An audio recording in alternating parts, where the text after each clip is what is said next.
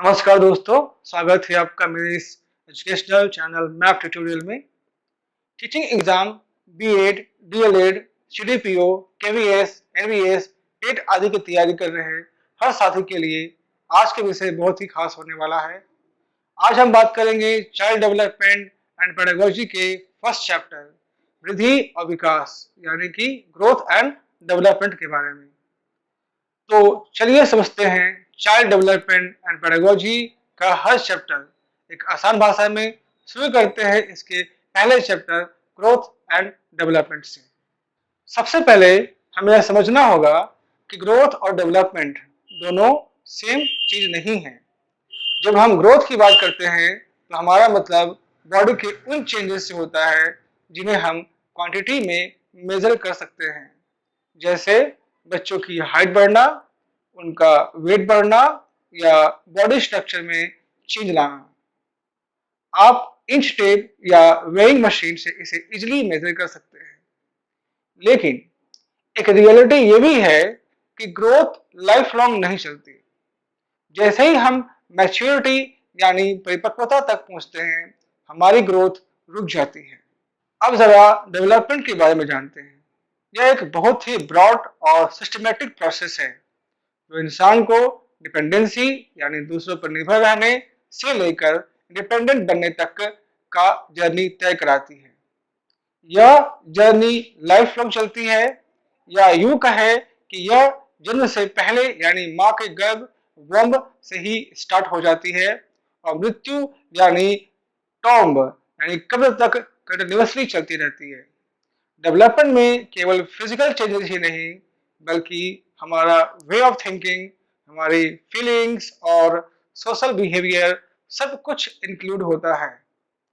यह एक ऐसा प्रोग्रेसिव और परमानेंट चेंज है जिसे आप रिवर्स नहीं कर सकते। हाँ, यहाँ ये ध्यान रखना जरूरी है कि अगर इलनेस या थकान की वजह से बॉडी में अगर कोई चेंज आता है तो उसे हम डेवलपमेंट नहीं कहेंगे। अब आपके लिए एक सवाल है, सवाल का जवाब आप कमेंट में देंगे। दोस्तों, बचपन में जब आपका कोई खिलौना टूट जाता था तो आप जोर जोर से रोते थे, लेकिन क्या आज कोई नुकसान होने पर आप जमीन पर लेट कर रोते हैं? इसका जवाब आप हमें कमेंट में जरूर देंगे। डेवलपमेंट अपने आप में एक बहुत बड़ा अम्ब्रेला है। इसके अंदर ग्रोथ, मैच्योरिटी और लर्निंग तीनों आ जाते हैं। मैच्योरिटी का डायरेक्ट कनेक्शन हमारी हेरिडिटी से है। जैसे एक 2 साल का बच्चा फिजिकली इतना मैच्योर नहीं होता कि वह कोई भारी काम कर सके, वहीं लर्निंग हमारे एफर्ट्स और प्रैक्टिस से आती है जो हमारे बिहेवियर में एक परमानेंट चेंज लाती है। क्या आप बता सकते हैं कि जब आप बहुत थके होते हैं या बीमार होते हैं तो आपके बिहेवियर में जो चेंज आता है, क्या हम उसे डेवलपमेंट कहेंगे? इस सवाल का जवाब भी आप हमें कमेंट बॉक्स में दीजिएगा। अगर मैं इस जवाब के बारे में बात करूं तो मेरा उत्तर है नहीं। डेवलपमेंट में सिर्फ प्रोग्रेसिव और रिलेटिवली परमानेंट चेंजेस आते हैं। बीमारी से आया टेम्पररी चेंज डेवलपमेंट में काउंट नहीं होता है। अगर हम ग्रोथ और डेवलपमेंट के बीच डिफरेंस को समराइज करें तो ग्रोथ केवल क्वांटिटेटिव है और फिजिकल एस्पेक्ट्स तक लिमिटेड है, जो एक एज के बाद रुक जाता है और इसे मेजर्स किया जा सकता है, जबकि डेवलपमेंट क्वालिटेटिव के साथ साथ क्वालिटेटिव भी है जो जन्म से मृत्यु तक चलता रहता है। डेवलपमेंट में फिजिकल, कॉग्निटिव और इमोशनल जैसे सभी एस्पेक्ट शामिल हैं। इसमें केवल स्ट्रक्चर नहीं बदलता, बल्कि हमारी वर्किंग कैपेसिटी यानी फंक्शनल चेंजेस भी बदलती रहती है। और डेवलपमेंट को मेजर करने के बजाय उसका असेसमेंट किया जाता है। अब आगे बढ़ते हैं और देखते हैं कि डेवलपमेंट कितने टाइप्स का होता है। डेवलपमेंट बहुत सारे फॉर्म में होता है। इसके कई डोमेन्स हैं। सबसे पहला है हमारा फिजिकल डेवलपमेंट, जिसमें मसल्स और बोन्स का स्ट्रक्चर स्ट्रांग होता है। इसी के अंदर मोटर डेवलपमेंट आता है। इसके दो पार्ट हैं। पहला है ग्रॉस मोटर डेवलपमेंट, जिसमें बॉडी की बड़ी मसल्स काम करती है, जैसे बच्चे का बैठना, खड़ा होना, चलना या दौड़ना। दूसरा है फाइन मोटर डेवलपमेंट, इसमें छोटी मसल्स का यूज होता है, जैसे उंगलियों की मदद से लिखना, ड्राइंग करना या किसी चीज को पकड़ना। अब आपके लिए एक सवाल है, सवाल का जवाब आप कमेंट में देंगे। बताइए, एक बच्चे का अपनी शर्ट में बटन लगाना किस मोटर डेवलपमेंट का हिस्सा है, ग्रॉस या फाइन? आपका जवाब का इंतजार हमें बिल्कुल रहेगा। फिजिकल डेवलपमेंट के बाद बारी आती है कॉग्निटिव डेवलपमेंट की। यह हमारे ब्रेन का डेवलपमेंट है, जिसमें थिंकिंग, रीजनिंग, इमेजिनेशन, मेमोरी और प्रॉब्लम सॉल्विंग शामिल है। लैंग्वेज डेवलपमेंट भी इसी का एक बहुत बड़ा इंपॉर्टेंट पार्ट है, जहां हम लैंग्वेज को सीखना, समझना और उसका यूज करना स्टार्ट करते हैं। इसके अलावा हमारा तीसरा डेवलपमेंट इमोशनल डेवलपमेंट होता है, जहां हम अपने एंगर, लव या फियर जैसे इमोशंस को पहचानना और उस पर कंट्रोल करना सीखते हैं। साथ ही सोसाइटी के रूल्स और वैल्यूज के हिसाब से खुद को अडॉप्ट करना, लोगों के साथ अच्छे रिलेशन और तालमेल बनाना हमारा सोशल डेवलपमेंट कहलाता है। इसके बाद आता है हमारा मोरल डेवलपमेंट, जो हमें राइट और रॉन्ग के बीच डिसीजन लेना सिखाता है। अब बात करते हैं स्टेजेस ऑफ डेवलपमेंट की। एक बच्चे का विकास मुख्य रूप से 5 अवस्थाओं में बटा होता है। पहला पेरेंटल, दूसरा इन्फेंसी, तीसरा अर्ली चाइल्डहुड, चौथा लेटर चाइल्डहुड और पांचवा है एडोलेसेंस। पहली अवस्था तो प्रसव पूर्व यानी पेरेंटल पीरियड की है, जो जन्म से 9 महीने पहले मां के गर्भ में होती है। इसके बाद जन्म से लेकर 2 वर्ष तक की एज को इन्फेंसी कहते हैं। इस एज में बच्चे की सेंस ही उनके सबसे बड़े टीचर्स होते हैं। वह दूसरों पर डिपेंडेंट रहने से एक एक्टिव बच्चे में बदल जाता है, क्रॉलिंग करना सीखता है और यहीं से उसकी लैंग्वेज की शुरुआत भी होती है। फिजिकली सबसे फास्ट ग्रोथ इसी स्टेज में देखी जाती है। इसके बाद 2 से 6 वर्ष का एज को अर्ली एज, अर्ली चाइल्डहुड या प्री स्कूल एज कहा जाता है। इस दौरान बच्चा पेरेंट्स के साथ बहुत टाइम स्पेंड करता है। वह पूरी तरह से खुद पर फोकस या इगोसेंट्रिक हो जाता है। लैंग्वेज सीखने के लिए यह सबसे सेंसिटिव टाइम माना जाता है। फिर आती है लेटर चाइल्डहुड, जो 7 से 11 वर्ष तक चलती है। बच्चा फॉर्मल एजुकेशन से जुड़ जाता है, इसीलिए इसे एलिमेंट्री स्कूल एज भी कहते हैं। यह वो एज है जब फ्रेंड्स की इंपॉर्टेंस बहुत बढ़ जाती है, इसलिए इसे गैंग एज भी कहते हैं। ये एज परेशानी पैदा करने वाली यानी ट्रबल सम एज भी कही जाती है। इस एज के एक्सपीरियंसेस लाइफ लॉन्ग बच्चे के साथ रहते हैं और उसकी क्रिएटिविटी में भी ये दिखना शुरू हो जाते हैं। और अंत में आती है एडोलेसेंस, जो 13 से 19 वर्ष तक चलती है।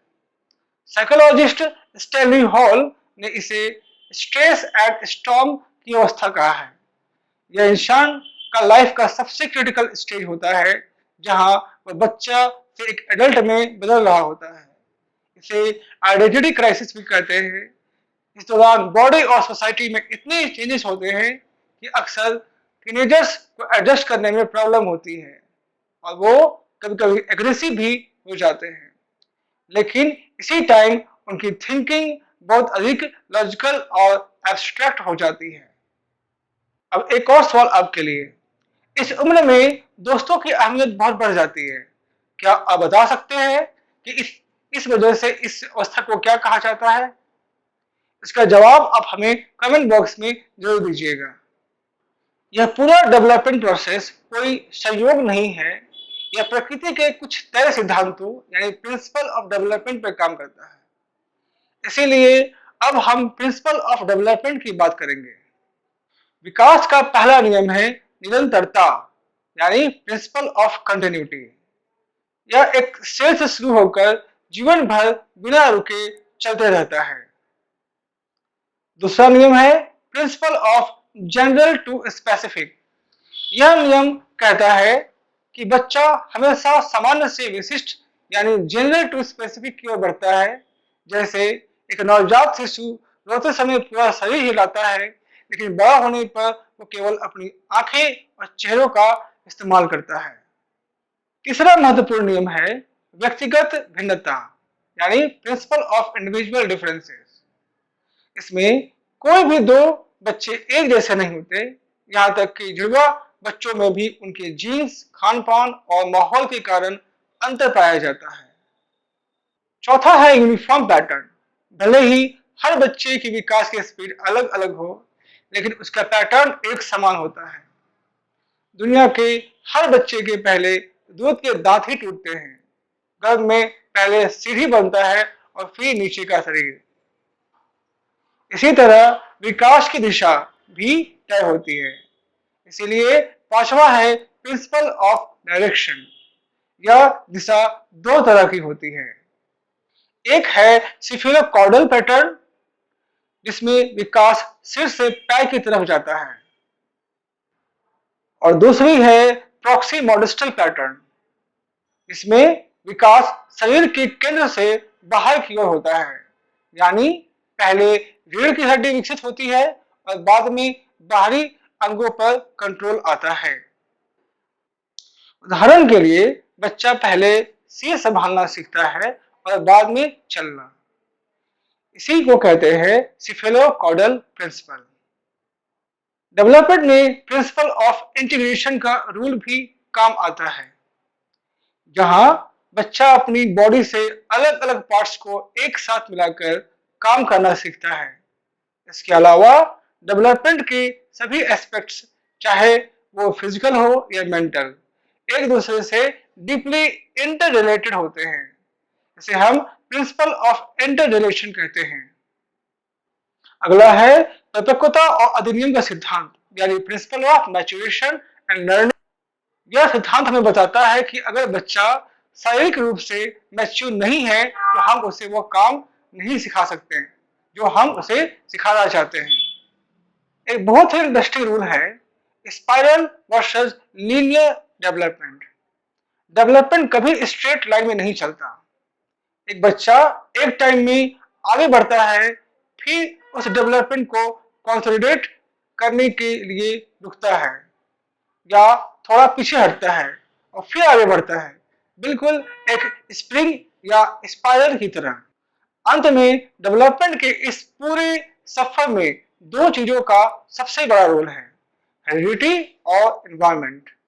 हेरिडिटी हमारी पर्सनालिटी की फाउंडेशन है जो हमें बर्थ से मिलती है।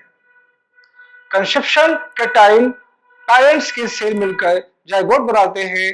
इसमें 46 क्रोमोसोम्स यानी 23rd पेयर होते हैं। यहीं से हमें हेरिडिटी मिलती है।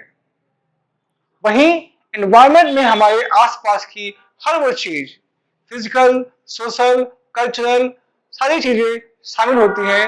हमारे जीन्स के अलावा ये सब हम पे इम्पैक्ट डालती हैं। अगर हम ट्विंस की बात करें तो जो एक ही ओवम से बनते हैं उसे आइडेंटिकल ट्विंस कहते हैं। ये हमेशा सेम सेक्स के होते हैं और इसके लुक्स बिल्कुल मिलते हैं। दूसरी तरफ फ्रैटर्नल ट्विंस दो अलग ओवम से बनते हैं। ये नॉर्मल भाई बहन की तरह होते हैं और इनका जेंडर अलग अलग भी हो सकता है।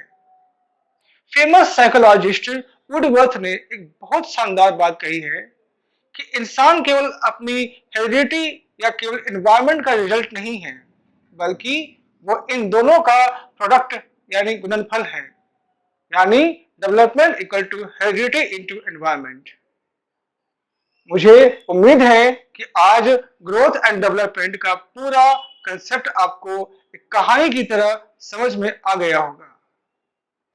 अगर आपको आज का सेशन पसंद आया और कुछ नया सीखने को मिला तो वीडियो को लाइक जरूर कीजिएगा। टीचिंग एग्जाम और अन्य बहुत सारे कंपटीशन एग्जाम की तैयारी कर रहे अपने दोस्तों और साथियों के साथ भी इसे शेयर करना ना भूलिएगा ताकि उनकी भी मदद हो सके। जाने से पहले आज की क्लास से आपके लिए दो छोटा सा सवाल है।